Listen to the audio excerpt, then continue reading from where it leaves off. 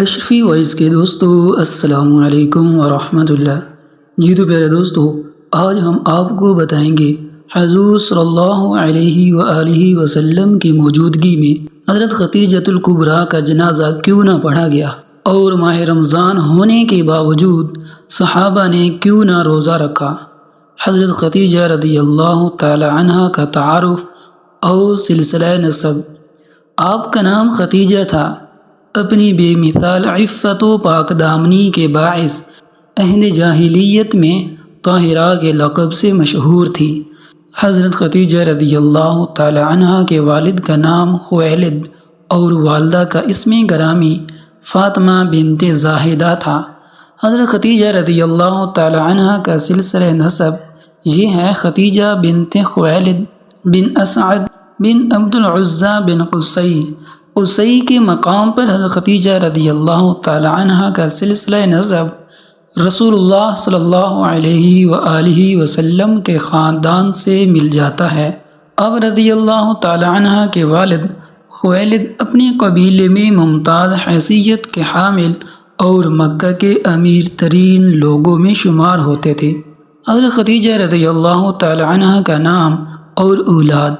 حضرت خدیجہ رضی اللہ تعالی عنہ کا پہلا نکاح ابو ہالہ بن زرارہ تمیمی سے ہوا۔ ان سے ان کے 2 لڑکے پیدا ہوئے، جن میں سے ایک کا نام ہند اور دوسرے کا نام حارث تھا۔ ابو ہالہ بن زرارہ تمیمی کا جلد ہی انتقال ہو گیا۔ اس کے بعد حضرت خدیجہ رضی اللہ تعالی عنہ عتیق بن عابد مخزومی کے نکاح میں آئیں۔ ان سے ایک لڑکی پیدا ہوئی اور اس کا نام بھی ہند تھا۔ اسی مناسبت سے آپ ام ہند کے نام سے پکاری جاتی تھی۔ ام المؤمنین حضرت خدیجہ رضی اللہ تعالی عنہ کے بیٹے ہند اولین اسلام لانے والے لوگوں میں سے تھے۔ آپ اسلام کے لیے لڑی جانے والی جنگوں میں بھی حصہ لیتے رہے۔ ہند حضرت علی رضی اللہ تعالی عنہ کے ساتھ جنگ جمل میں شریک رہے اور شہید ہوئے۔ ایک کامیاب تاجرہ۔ حضرت خدیجہ رضی اللہ تعالی عنہ مکہ میں کامیاب اور امیر ترین تاجرہ تھی۔ رحم دلی، غریب پروری اور سخاوت کا پیکر تھی۔ حضرت ابن اسحاق رضی اللہ تعالی عنہ سے روایت ہے کہ حضرت خدیجہ رضی اللہ تعالی عنہ کا شمار مکہ مکرمہ کی معزز ترین اور مالدار خواتین میں ہوتا تھا۔ حضرت خدیجہ رضی اللہ تعالی عنہ اپنا تجارتی مال مکہ مکرمہ سے باہر بھیجا کرتی تھی۔ جتنا سامان تجارت سارے اہل قافلہ کا ہوتا، اس کے برابر مال تجارت تنہا حضرت خدیجہ رضی اللہ تعالی عنہ کا ہوتا۔ آپ اپنے قاصدوں کو سامان تجارت دے کر روانہ فرماتی، جو آپ کی طرف سے کاروبار کرتے۔ اس کاروبار کے لیے انہیں باقاعدہ اجرت دی جاتی تھی یا تنخواہ مقرر کی جاتی تھی۔ بعض اوقات کوئی حصہ نصف، تہائی یا چوتھائی مقرر کر دیا جاتا۔ نفع کی صورت میں وہ اپنا حصہ لے لیتے، بصورت دیگر نقصان کی صورت میں تمام ذمہ داری حضرت خدیجہ رضی اللہ تعالی عنہ پر ہوتی۔ رسول اللہ صلی اللہ علیہ وآلہ وسلم سے سامان تجارت لے جانے کے لیے درخواست۔ حضرت ابن اسحاق رضی اللہ تعالی عنہ روایت کرتے ہیں کہ حضرت خدیجہ رضی اللہ تعالی عنہ نے جب رسول اللہ صلی اللہ علیہ وآلہ وسلم کی سچائی، امانت و دیانت کے بارے میں سنا تو انہوں نے آپ صلی اللہ علیہ وآلہ وسلم سے اپنا مال تجارت شام لے جانے کی درخواست کی۔ طے پایا کہ دوسرے تاجروں کی نسبت منافع میں سے زیادہ حصہ رسول اللہ کو دیا جائے گا۔ آپ نے خدیجہ رضی اللہ تعالی عنہ کی پیشکش کو قبول کر لیا۔ حضرت خدیجہ رضی اللہ تعالی عنہ کے سامان تجارت کے ساتھ روانگی اور شام میں درپیش حالات۔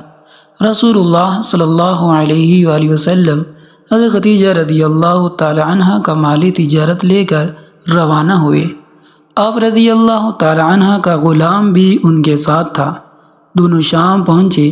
وہاں نستور راہب کی خانقاہ کے قریب ایک درخت کے سائے میں آرام کی غرض سے بیٹھے۔ راہب نے میسرہ سے دریافت کیا، یہ جو درخت کے نیچے آرام فرما رہے ہیں، یہ کون شخص ہیں؟ اس نے جواب دیا، یہ قریش کے ہاشمی خاندان سے تعلق رکھنے والے نہایت صالح، ایماندار اور سچے انسان ہیں۔ راہب نے پوچھا، کیا ان کی آنکھوں میں سرخی ہے؟ میسرہ نے جواب میں کہا کہ ہاں، سرخی ہے جو کبھی ان سے جدا نہیں ہوتی۔ نستور بولا، بلا شبہ یہ پیغمبر ہیں اور آخری نبی ہیں۔ رسول کریم صلی اللہ علیہ وآلہ وسلم یہاں جو مال لائے تھے بیچ دیا، اور جو خریدنا تھا وہ خرید لیا۔ واپسی پر دوپہر اور سخت گرمی کے وقت کہ رسول اللہ صلی اللہ علیہ وآلہ وسلم اونٹ پر سوار ہوئے، آپ صلی اللہ علیہ وآلہ وسلم کو تماز آفتاب سے بچانے کے لیے 2 فرشتے سایہ فگن ہو گئے۔ یہ سب کچھ دیکھنے کے بعد وہ رسول اللہ صلی اللہ علیہ وآلہ وسلم کا گرویدہ ہو گیا، اور اللہ تعالیٰ نے اس کے دل میں رسول اللہ کے لیے بے پناہ محبت پیدا کر دی۔ اس تجارتی سفر میں حضرت خدیجہ رضی اللہ تعالی عنہ کے سامان تجارت نے معمول سے 2 گنا زیادہ منافع حاصل کیا۔ حضرت خدیجہ کا رسول اللہ صلی اللہ علیہ وآلہ وسلم کو نکاح کا پیغام۔ سفر شام سے واپسی کے بعد تجارت سے 2 گنا زیادہ منافع حاصل ہونا غیر معمولی واقعہ تھا۔ میسرہ نے بھی حضرت خدیجہ رضی اللہ تعالی عنہ سے رسول اللہ کی سچائی اور امانت داری کا اظہار کیا۔ یہ سب جان کر آپ رضی اللہ تعالی عنہ بہت متاثر ہوئیں اور انہوں نے رسول اللہ سے نکاح کا فیصلہ کیا۔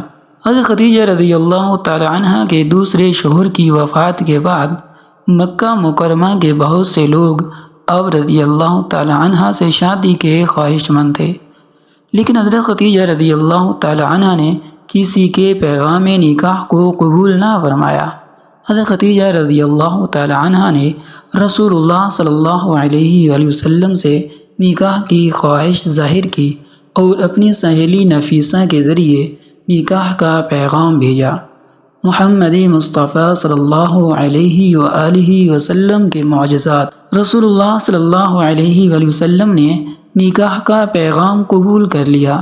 حضرت خدیجہ رضی اللہ تعالی عنہ کی اس پیشکش کا ذکر رسول اللہ صلی اللہ علیہ وآلہ وسلم نے اپنے چچا سے کیا۔ حضرت حمزہ رضی اللہ تعالی عنہ سے حضرت خدیجہ رضی اللہ تعالی عنہ سے رشتے کا پیغام لے کر ان کے پاس خویلد ابن اسعد کے پاس گئے، جسے انہوں نے قبول کر لیا، اور یوں مکہ مکرمہ میں یہ نکاح سادگی سے انجام پایا۔ نکاح کے وقت سیدہ خدیجہ رضی اللہ تعالی عنہ 40 برس کی تھی اور رسول اللہ کی عمر مبارک 25 برس تھی۔ رسول اللہ پر پہلی وحی اور حضرت خدیجہ کی دلجوئی۔ نبی کریم صلی اللہ علیہ وآلہ وسلم جب 40 برس کے تھے تو غار حرا میں حضرت جبرائیل علیہ السلام کی طرف سے پہلی وحی لے کر آئے، جو سورۃ العلق کی ابتدائی چند آیات پر مشتمل تھی۔ اقرأ بسم ربک الذی خلق، خلق الانسان من علق، اقرأ وربک الاکرم، الذی علم بالقلم، علم الانسان ما لم یعلم۔ پڑھیے اپنے اس رب کے نام سے جس نے پیدا کیا جمے ہوئے خون کے ایک لوتھڑے سے انسان کی تخلیق کی۔ پڑھیے اور آپ کا رب بہت کریم ہے، جس نے قلم کے ذریعے سے علم سکھایا اور انسان کو وہ کچھ سکھایا جو وہ نہیں جانتا تھا۔ رسول اللہ صلی اللہ علیہ وآلہ وسلم جب گھر لوٹے تو آپ کا قلم مبارک نہایت مضطرب تھا۔ نبی کریم صلی اللہ علیہ وآلہ وسلم نے حضرت خدیجہ رضی اللہ تعالی عنہ سے تمام احوال بیان فرمایا۔ آپ صلی اللہ علیہ وآلہ وسلم نے ان سے چادر اڑا دینے کے لیے کہا۔ اس موقع پر حضرت خدیجہ رضی اللہ تعالی عنہ نے ان الفاظ میں رسول اللہ کی دلجوئی فرمائی۔ آپ صلی اللہ علیہ وآلہ وسلم کو کس بات کا ڈر ہو سکتا ہے؟ اللہ تعالیٰ آپ کو ہر ایک مشقت سے بچا لے گا۔ بے شک آپ صلہ رحمی کرتے ہیں، قرابت داروں اور رشتہ داروں سے عمدہ سلوک کرتے ہیں، بے کسوں کی دستگیری فرماتے ہیں، مہمان نواز ہیں اور مصیبت زدہ لوگوں کی مدد کرنے والے ہیں۔ رسول اللہ صلی اللہ علیہ وآلہ وسلم کی حضرت خدیجہ رضی اللہ تعالی عنہ سے اولاد۔ رسول اللہ کی تمام اولاد سوائے بیٹے ابراہیم کے حضرت خدیجہ رضی اللہ تعالی عنہ سے ہے۔ حضرت عبداللہ بن عباس رضی اللہ تعالی عنہ کے مطابق رسول اللہ کے پہلے فرزند قاسم رضی اللہ تعالی عنہ ہیں، جو اعلان نبوت سے پہلے مکہ مکرمہ میں پیدا ہوئے۔ نبی کریم صلی اللہ علیہ وآلہ وسلم ان کے نام سے ہی کنیت رکھتے تھے، یعنی ابو القاسم۔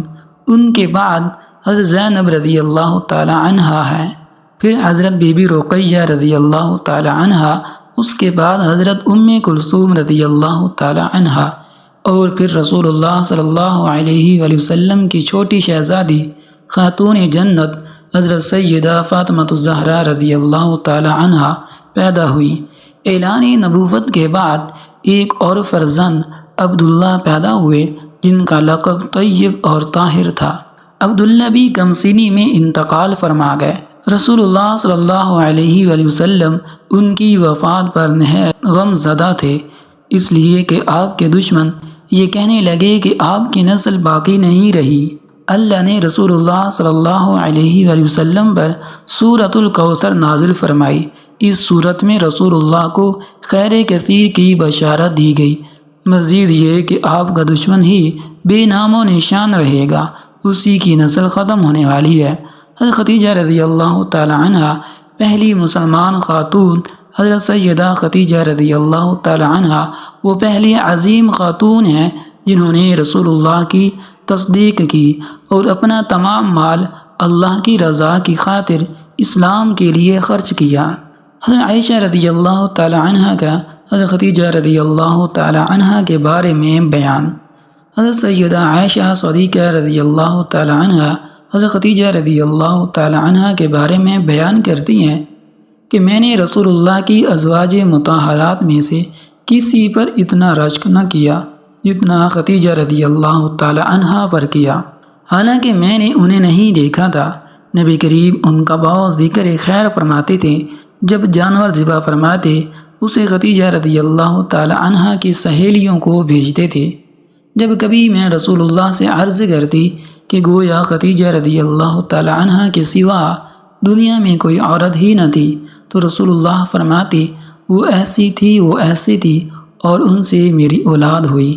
شب ابی طالب میں 3 سال تک محصوری کے دوران جب مسلمانوں پر عرصہ حیات تنگ رہا، حضرت خدیجہ رضی اللہ تعالی عنہ نے ثابت قدمی کے ساتھ ان تکالیف کو برداشت کیا۔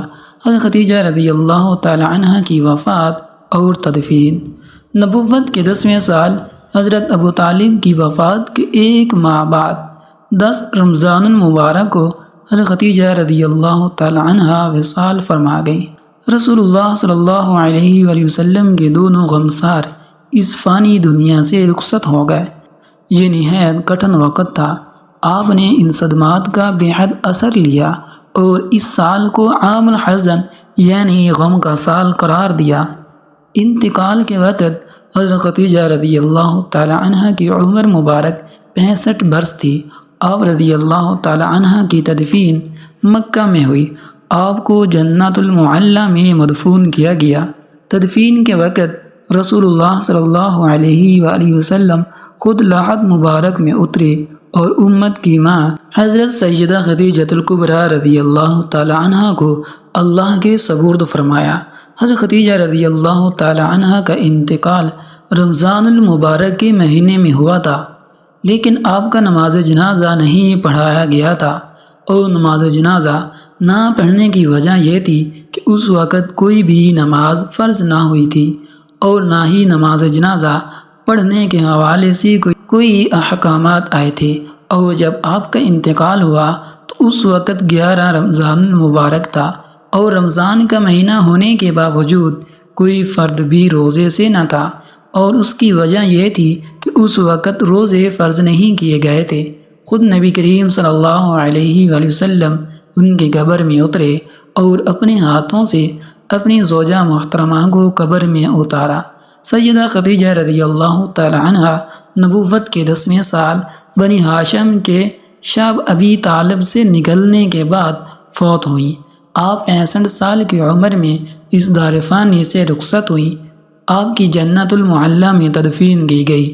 آپ کے نام نامی ختیجہ کنیت ام ہند تھی، والد کا نام خویلد ابن اسد تھا۔ تو پھر دوستو امید ہے کہ یہ مختصر سی ویڈیو آپ کو پسند آئی ہوگی۔